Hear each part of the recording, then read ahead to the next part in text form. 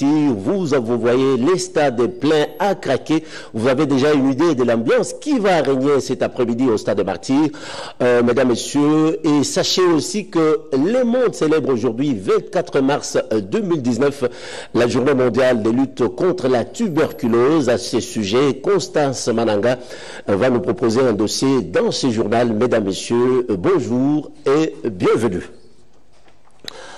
Je l'ai annoncé tantôt, les Léopards de la République démocratique du Congo sera face aux Lions Stars du Libéria au Stade des Martyrs de Kinshasa.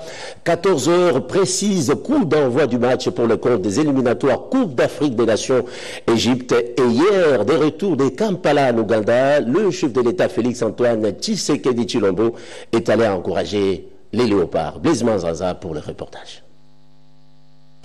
Après 48 heures de visites de travail en Ouganda et à Luanda en Angola, dans le cadre des raffermissements des relations de coopération et d'amitié, le chef de l'État, Félix Antoine Tshisekedi Tshilombo, a regagné Kinshasa samedi 23 mars 2019 aux environs de 20 heures, à la veille du match RDC-Libéria, un match important pour la qualification des Léopards de la République démocratique du Congo à la Coupe d'Afrique des Nations qui se jouera en Égypte. Aussitôt arrivé dans la ville, le président de la République Félix Antoine Tshisekedi Tshilombo a rendu une visite surprise de réconfort à l'équipe nationale de la République démocratique du Congo au Fleuve Congo Hotel, en présence du ministre des Sports et le président de la Fédération congolaise de football association. Visages radieux, joueurs, staff technique et autres personnalités ont tour à tour salué les chefs de l'État dans une atmosphère de fraternité. La clé de voûte de cette rencontre, c'est la remise d'un jeu d'équipement au président de la République Félix Antoine Tshisekedi Tshilombo. Il leur a adressé des encouragements et les soutiens de la nation congolaise tout entière. À leur tour, ils ont remercié le chef de l'État Félix Antoine Tshisekedi Tshilombo. Vous remerciez très sincèrement. Très sincèrement, pourquoi? Parce que dans les annales du football congolais, enfin depuis que je suis président, sur les 16 années, je crois que c'est la deuxième fois que nous recevons par surprise une visite du chef de l'État. Et nous vous en sommes gré. Cela traduit aussi votre souci. Vous-même, vous avez été gardien de but, vous avez joué. Donc ça traduit le souci que vous avez de voir cette équipe nationale repartir. La haute autorité du pays les a poussés à demeurer confiants pour la victoire que le peuple congolais attend. Bon, je vais vous souhaiter bon appétit, mais surtout, bonne chance pour demain. Merci.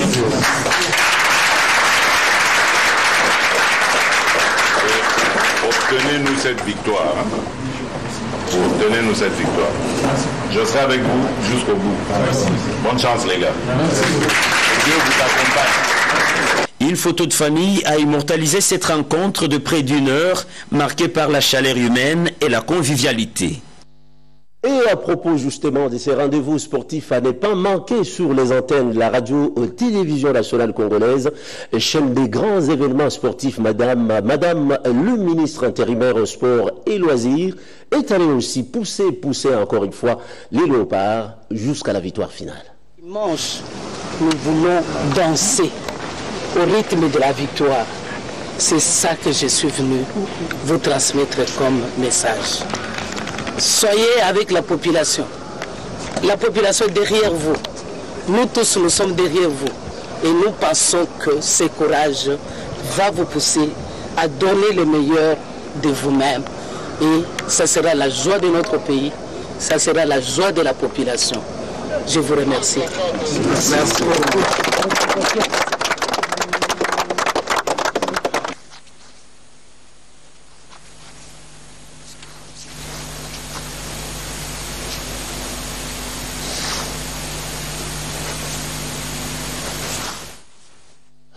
Toutes nos excuses pour cette qualité de ce document que vous venez de suivre.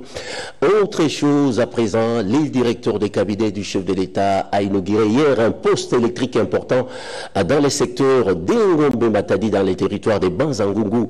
Nous sommes au Congo central. Cette unité électrique qui va alimenter 24 heures sur 24 ce coin du pays, jadis sans électricité. Explication à la clé. Sur instruction du président de la République, le directeur de cabinet du chef de l'État, Vital Kamerhe, a effectué ce vendredi 22 mars 2019 un déplacement dans les territoires de Mbanza-Ngungu, spécialement en terre du kimbanguisme. Objectif, représenter le président Félix Antoine Tshisekedi à l'inauguration de la ligne électrique de 70 kV tirée de la rivière Sanga dans le secteur de Ngombe-Matadi et extension d'un poste haute tension en Kamba, Nouvelle-Jérusalem. Ces deux localités sont désormais électrifiées avec ambition dans les futurs de fournir aussi cette énergie électrique à Sala, Yanda et Luozi. Le système de prépaiement des factures fonctionne en Ngombe-Matadi, tandis que Nkamba conservera le paiement en analogie. C'est ce qui a fait dire au directeur général de la SNEL, Jean Bosco Kayombo, que le programme d'urgence de 100 jours du président Félix Antoine Tshisekedi n'est pas un slogan stérile en matière d'énergie. Vite, le DG Kayombo a traduit ses credos en actions à impact visible. Au cours de cette cérémonie inaugurale, le directeur des cabinets chef de l'État, Vital Kamerhe, a remis en service des équipements électriques de barrage de Sanga construits en 1932 et réhabilités grâce à la détermination de Félix Antoine Tshisekedi. De son côté, le gouverneur intérimaire de la province du Congo central, Atou Matubwana, a vu en ces gestes le vœu exaucé de tout le peuple d'un Fumu Kimbangu qui rêvait de vivre cet événement. Il a salué la présence remarquable de Vital Kamerhe qui rappelle l'alternance démocratiquement apaisée dont il est aussi l'un des artisans. Pour le représentant de son éminence Simo Kimbangu Kiangani, le courant électrique sur la terre sainte d'Nkamba est perçu comme une œuvre qui va relancer l'éducation, l'accès aux soins médicaux, l'eau potable et autres. Jean Bosco Kayombo a rendu un vibrant hommage au chef de l'État et félicité les partenaires, dont la BAD, les contractants et les agences NEL. La cérémonie a concerné l'injection de 70 kV pour Ngombe Matadi et les réseaux associés d'Nkamba. Le coût total est de 9 millions de dollars, dont 4 millions venant des fonds propres SNEL. L'énergie électrique est indispensable, a dit le secrétaire général du ministère de l'Énergie. Il a répertorié 1000 clients pour les deux cités, mais surtout il a insisté sur la nécessité de respecter les textes juridiques sur l'électrification. Prenant la parole, le directeur de cabinet du chef de l'État, Vital Kamerhe, a trouvé révoltant qu'avec ses 110 000 MW d'énergie électrique, 216 villages avec cours d'eau et 200 sites capables de donner de l'autonomie électrique, que les Congolais vivent l'enfer au paradis. Il faut recréer le paradis Congo, a-t-il suggéré. Juste après l'inauguration du poste électrique, Vital Kamerhe a exprimé toute la gratitude du président de la République auprès de la population du secteur d'Ngombe Matadi, population, vous le savez, qui avait voté massivement Félix Antoine Tshisekedi Tshilombo. C'était lors de la présidentielle du 30 décembre 2018. Écoutons Vital Kamerhe.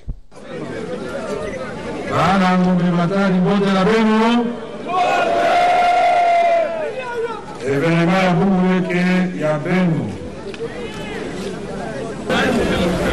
suis très heureux que ma première visite dans la province du Congo central, en ma qualité de directeur de cabinet du chef de l'État, son Excellence Félix Antoine Tshisekedi Tshilombo, commence par l'inauguration des actions à impact visible dans le cadre de son programme des 100 premiers jours, à savoir les postes haute tension Kintadi en Ngombe Matadi et les réseaux associés de Nkamba et de Ngombe Matadi qui constituent un élément de l'amélioration des conditions de vie de nos populations. La détermination du chef de l'État, la promesse qu'il a faite au peuple congolais pendant la campagne est de recréer ce paradis Congo que Dieu nous a donné. Nous devons y œuvrer tous. Le président ne doit pas travailler seul, c'est pourquoi il sera en commune et en complicité permanente, en dialogue avec le peuple.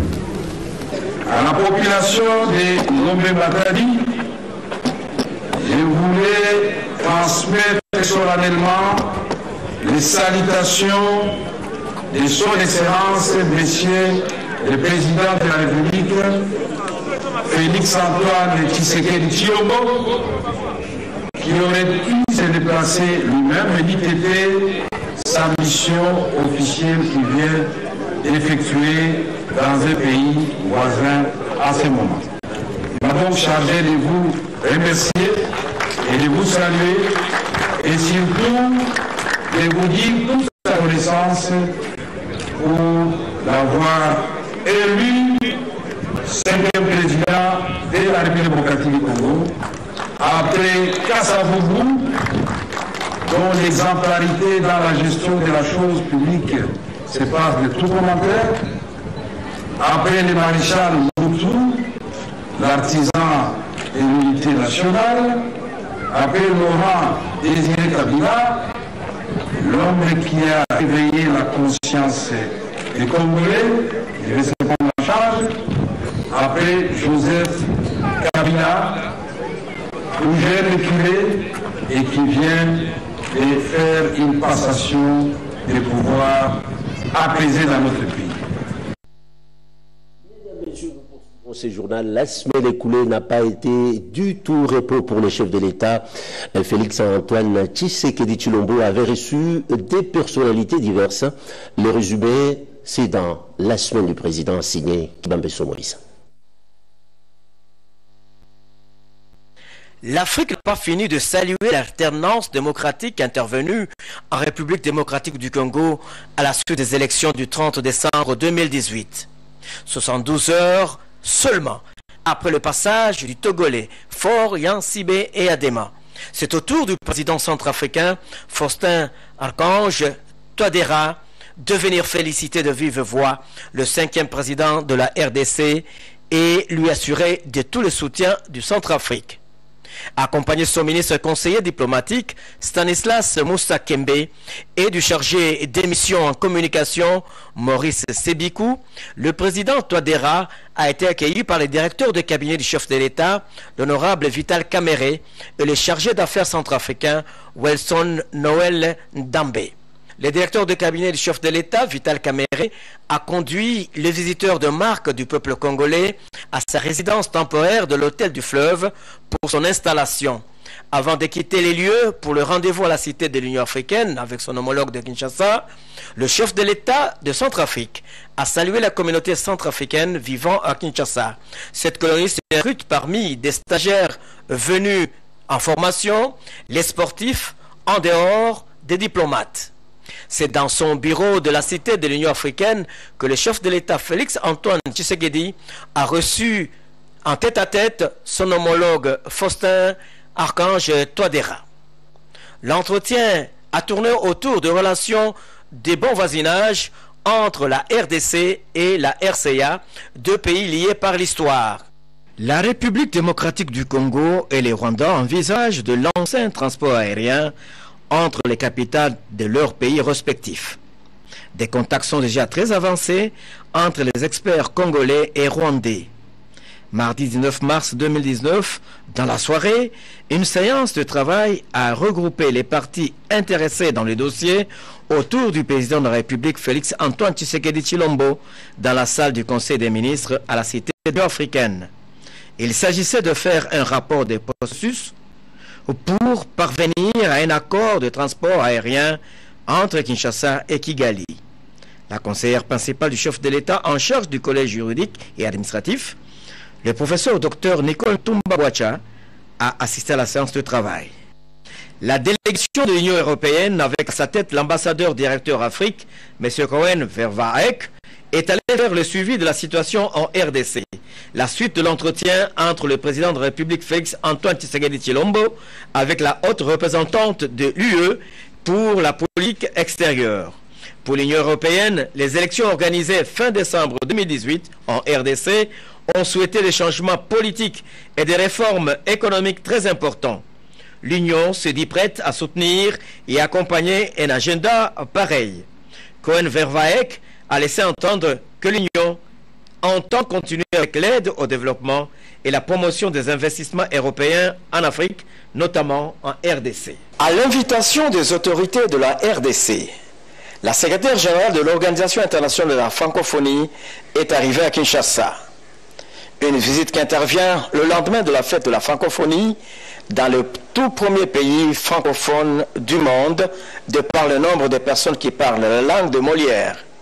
Louise Mushikiwabo est la première africaine à diriger cette structure internationale. Elle remplace à ce poste une noire de nationalité canadienne d'origine haïtienne, Michael Jean. Élue fin novembre dernier à la tête de l'OIF, elle a pris ses fonctions en janvier 2019. Elle assume actuellement les fonctions de secrétaire général de l'organisation. C'est à ce titre qu'elle tient à imprimer une nouvelle touche à son mandat tournant de 2 ans à la tête de l'OIF. La deuxième réunion du Haut Commandement militaire des FARDC a été présidée ce mardi 19 mars 2019 à la Cité de l'Union africaine par le chef de l'État, commandant suprême des forces armées de la RDC et de la police nationale Félix Antoine Tshisekedi Tshilombo. Les généraux, officiers supérieurs du Haut Commandement militaire, le chef d'état-major général des FARDC, l'inspecteur général des forces armées, l'auditeur général, le premier président de la haute cour militaire ont tous pris part à cette réunion. La situation sécuritaire sur l'ensemble du territoire national, les recommandations du commandant suprême et l'accompagnement du chef de l'État dans l'amélioration des conditions de vie et de travail des militaires, ainsi que de l'image de l'armée sont des points importants abordés au cours de la réunion du Haut Commandement militaire, dont le compte rendu a été fait par le général-major Léon Richard Kassonga. Edi Tchala, lui, va tout de suite nous rafraîchir la mémoire en 5 minutes, bien entendu. Il fait le résumé des sujets qui ont marqué l'actualité de la semaine passée. La semaine en 5. Regardez. La semaine qui s'achève recèle une actualité abondante. Avec 256 articles, le règlement intérieur de l'Assemblée nationale pour cette 3e législature de la 3e République a été adopté. Plusieurs innovations sont enregistrées, de nouvelles commissions ont été créées, comme celle qui sera chargée du suivi et de la mise en application de lois votées et recommandations faites par la Chambre basse du Parlement. Pour sa conformité à la Constitution, la Cour constitutionnelle statuera. Dans le Kasaï, 30 morts dans un accident ferroviaire à Kakenge d'un train de marchandises en provenance d'Ilebo. C'est un déraillement qui se produit après seulement un autre il y a peu. Au courant de la semaine, le meurtre d'un chauffeur connu sous le nom de Zadio par un policier a stupéfait plus d'un. Le commissaire provincial de la police, ville de Kinshasa, Sylvain Kassongo, a tenu une réunion avec tous les commissaires de district de la capitale. Des mesures importantes pour réglementer la circulation routière ont été prises. Plus de véhicules aux vitres teintées ou fumées en circulation et les sirènes ne sont réservées qu'aux véhicules de police et ambulances. La journée internationale de la francophonie a été célébrée comme tous les ans le 20 mars sous le thème « En français s'il vous plaît ». Louise Mushikiwabo, secrétaire générale de l'Organisation internationale de la francophonie OIF, était à Kinshasa, où elle a tenu une conférence à l'université protestante au Congo. Avec plus de 300 millions de locuteurs, le français a de l'avenir. Il faut investir dans la jeunesse et les nouvelles technologies. Le ministre de la Santé publique, le docteur Oli Ilunga, le directeur général de l'UNICEF et le secrétaire général de la Fédération internationale des sociétés de la Croix-Rouge et du Croissant-Rouge étaient en mission dans les régions infectées par la maladie à virus Ebola dans la partie est de la RDC. Les différents centres de traitement de la maladie ont été visités pour s'imprégner de la situation au moment où, à Mambasa dans l'Ituri, on enregistrait un nouveau cas avéré de la maladie à virus Ebola. La réflexion et la construction des infrastructures de base, la nomination des responsables de l'administration territoriale et la sensibilisation des leaders communautaires des tribus en conflit à Yumbi sont quelques principales résolutions sorties de la 4e réunion tripartite République démocratique du Congo, République populaire du Congo et le Haut Commissariat aux réfugiés. À Brazzaville, le vice-ministre Basile Longo, faisant intérim du ministre de l'Intérieur, a représenté la RDC. Il était prisonnier emblématique et Jeune Diomi Ndongala a bénéficié de la largesse du président de la République. Il hume de nouveau l'ère de la liberté, bien qu'encore conditionnelle. Depuis 2013, C'est au courant de la semaine qu'il a revu l'avenue ex-24 novembre au sortir du centre pénitentiaire et de rééducation de Kinshasa. Pour terminer, à la Commission électorale nationale indépendante, on s'active pour les élections législatives nationales et provinciales prévues pour le 31 courant à Yumbi, à Beni et à Butembo. Le président Corneille Nangaa a présidé la réunion de la plénière au cours de laquelle la nouvelle date de l'élection des gouverneurs a été rendue publique. Ce sera donc le mercredi 10 avril que les urnes parleront pour cette élection. Avant de mettre un terme à cette édition du journal télévisé, comme annoncé justement en début de ce journal, célébration aujourd'hui de la journée mondiale de lutte contre la tuberculose. Il est temps de rechercher dans nos communautés toute personne atteinte de la tuberculose afin qu'elle bénéficie des soins médicaux appropriés. C'est le thème de cette journée. Constance Mananga s'y est penchée dans ces dossiers. Regardez. La tuberculose, une maladie contagieuse causée par les bacilles de coque, sévit en RDC et la place 9e au niveau mondial et 2e en Afrique parmi les pays qui supportent le poids de la maladie, mais avec une sous-détection dans la population générale de 42% et chez les enfants de 11%, selon les rapports 2017 du Programme national de lutte contre la tuberculose. Il est temps de rechercher activement toutes les personnes atteintes de la tuberculose dans nos communautés et dans nos prisons. Un peu pour paraphraser ce thème de la célébration de la journée mondiale de lutte contre la tuberculose, nous sommes au village Tibi installé au terrain Sainte-Thérèse dans la zone de santé d'Ndjili. Ici, le PNLT installe son unité mobile pour la notification des cas. L'engouement des gens à la consultation gratuite et au dépistage gratuit nous a surpris. Nous avons des relais communautaires qui ont lancé des messages pour que ceux qui ont un problème de fièvre, de toux, viennent vers nous et ils passent au niveau des infirmiers qui consultent les malades pour voir s'ils ont une présomption de la tuberculose. On les oriente vers la radiographie pour faire un cliché de poumon. Si on trouve que le cliché est pathologique, on demande à la personne de donner le crachat. Quand ils donnent le crachat, nous faisons l'examen Gene Expert. 2 heures après, ils ont les résultats. Comme nous avons des fiches, une fois le résultat positif, on appelle le malade, on l'oriente vers un centre de santé le plus proche.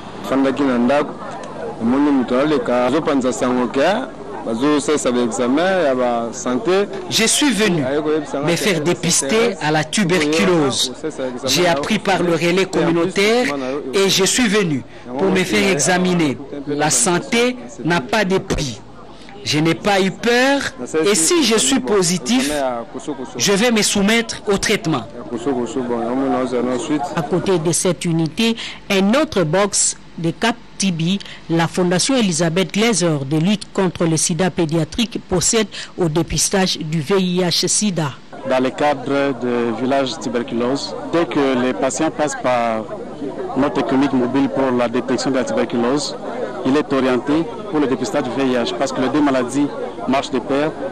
Dès que nous trouvons un cas qui est positif, nous acheminons dans une structure de prise en charge plus proche. Une autre descente dans le centre de soins de dépistage et de traitement CSDT à Massina, au centre Elonga, nous a permis de comprendre le processus de recherche des cas et surtout des outils diagnostiques innovants et plus performants pour les enfants, les personnes vivant avec VIH, PVVIH et autres catégories.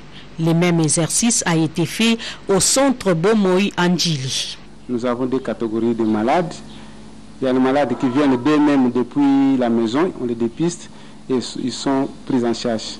Une autre catégorie de malades, c'est cette catégorie-là ramassée par le CAD, qui s'équipe dans les rues pour annoncer, rechercher les cas contacts, ou encore à partir de nos registres au service de la prise en charge de la tuberculose. Ceux-là, ils ne payent pas. Il y a un appui qui est là, et un appui en termes d'intra, en termes de matériel, mais aussi en termes de motivation, parce que ce n'est pas seulement Glaser, c'est un partenaire qui est avec nous depuis 2013. Dans toutes les portes d'entrée par où passe l'enfant, consultation préscolaire, nutrition, consultation externe, hospitalisation pédiatrique, VIH, l'investigation doit être démise. Dans la communauté, quand un enfant est malade, souvent dans la ville de Kinshasa ou dans la périphérie de Kinshasa, vous pouvez voir un enfant qui souffre, qui est à la maison, qui tousse ou n'est pas toussé, mais qui peut avoir